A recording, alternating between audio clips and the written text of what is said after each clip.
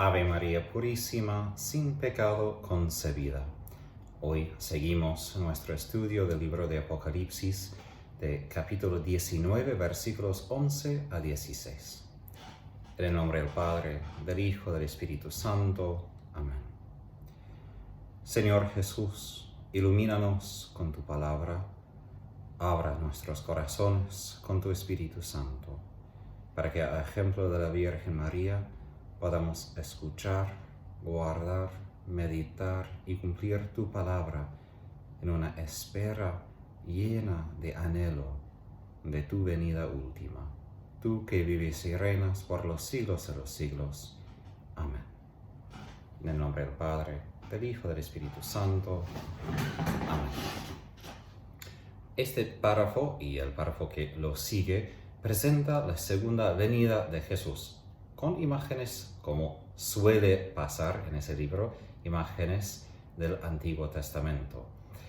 Como antes, el anuncio de la boda del Cordero cumplió la profecía de Isaías de que Dios va a casarse a su pueblo y restablecer a Jerusalén.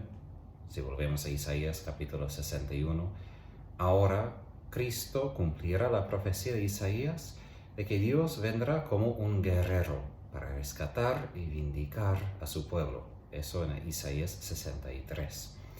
Esta visión utiliza esas imágenes para entender el sentido, el significado de la venida de Jesús, pero carecemos todavía los detalles específicos de cómo será su venida. Versículo 11. Esta vez voy a intentar versículo por versículo, no voy a leer todo a la vez. Luego vi el cielo abierto y apareció un caballo blanco. Su jinete se llama Fiel y Veraz. Él juzga y combate con justicia. Esa palabra, luego vi, indica una nueva visión, que no quiere decir una descripción literal de lo que se vio, sino una descripción simbólica de lo que se trata. Ahora que el cielo se abre otra vez, vemos al Señor resucitado viniendo como un guerrero, un rey para juzgar, que es una visión de cómo será a Jesús como juez al fin de los tiempos. El emperador romano, que era victorioso en la batalla, en general montaba un caballo blanco en sus procesiones de triunfo en Roma. Ahora tenemos esa imagen misma para describir el caballo y el que lo monta en capítulo 6, versículo 2. Pero aquí el contexto es muy diferente. El que monta, el jinete, no es simplemente un conquistador como en capítulo 6, sino es veraz y fiel. Es decir, leal y digno de confianza. Son nombres de Jesús, los mismos nombres que él mismo utiliza en capítulo 3.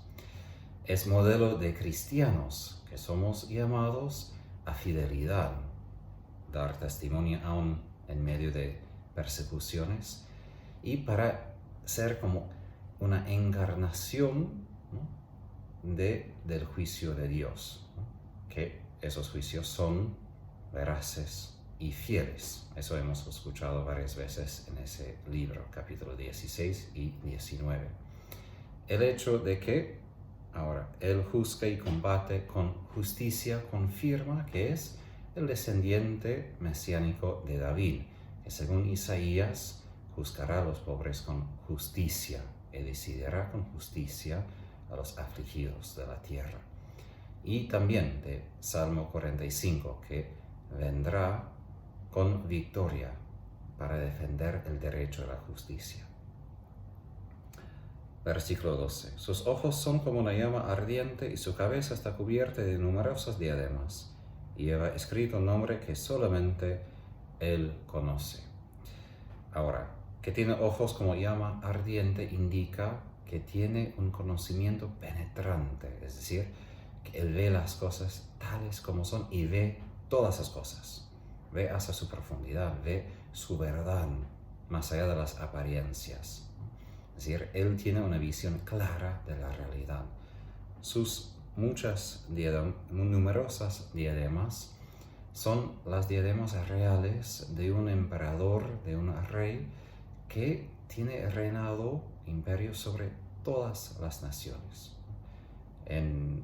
Antes, en capítulo 12 y 13, habíamos visto el dragón, que también tiene 7 diademas, y la bestia, que tiene 10.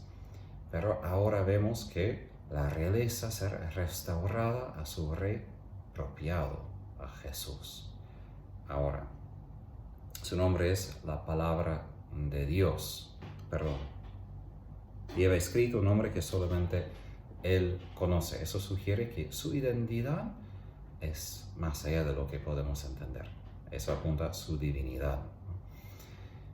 Y todo queda abierto a sus ojos llenos de fuego.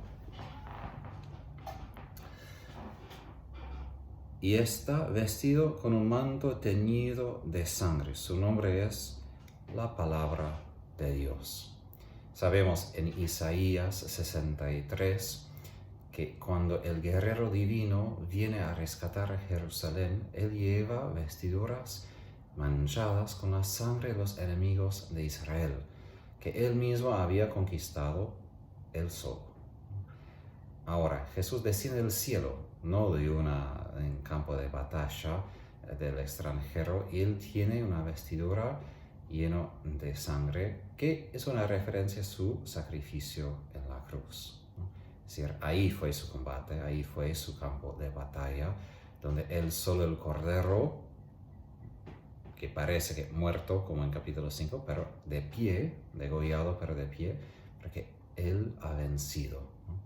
Su nombre es la palabra de Dios. Eso recuerda muchos textos bíblicos. En el Antiguo Testamento, la palabra de Dios es su instrumento en la creación y también la redención. En el libro de Sabiduría, su palabra omnipotente vino como un guerrero feroz para llevar juicio contra Egipto y rescatar a Israel de su esclavitud. También sabemos que Pablo en la carta de los Efesios habla de la palabra de Dios como una espada del Espíritu. Y sabemos el libro del Evangelio de San Juan que la palabra era Dios y la palabra se hizo carne en Jesús. Entonces aquí tenemos otra descripción de Jesús. Vemos las varias descripciones de Jesús en ese libro.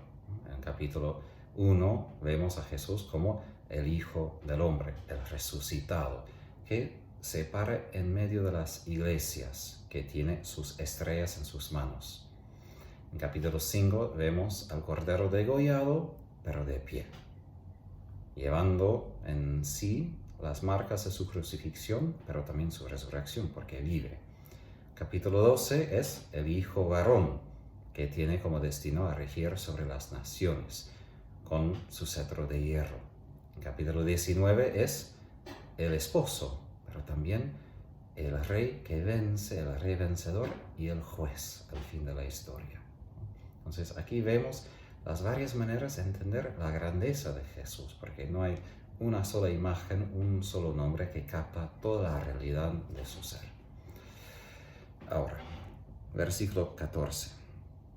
Los signos ejércitos celestiales vestidos con lino fino de blancura inmaculada y montados en caballos blancos.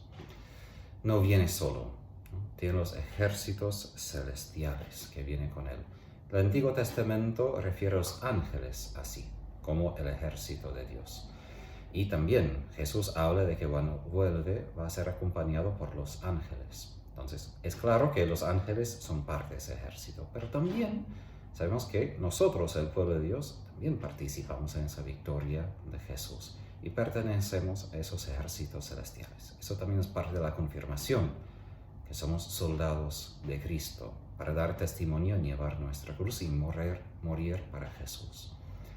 Esos ejércitos siguen la palabra de Dios. Es una palabra que usa en el Evangelio para indicar a los que siguen a Jesús como discípulos.